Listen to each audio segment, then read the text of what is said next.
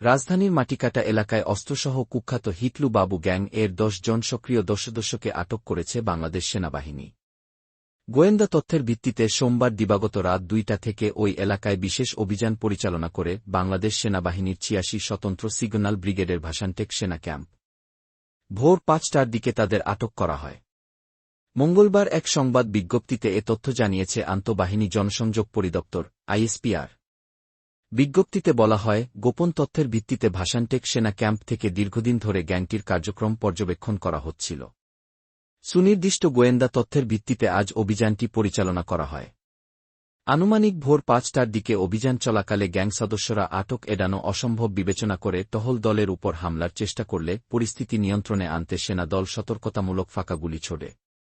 পরবর্তীতে সন্ত্রাসীরা পলায়ন করতে ব্যর্থ হয় এবং সেনাবাহিনীর টহলের নিকট আটক হয়।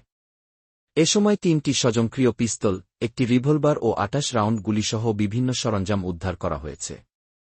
এই অভিযানের ফলে ভাসানটেক ও মানিকদি এলাকায় নিরাপত্তা পরিস্থিতির দৃশ্যমান উন্নতি ঘটেছে। স্থানীয় বাসিন্দারা সেনাবাহিনীর এই পদক্ষেপকে স্বাগত জানিয়ে স্বস্তি প্রকাশ করেছেন।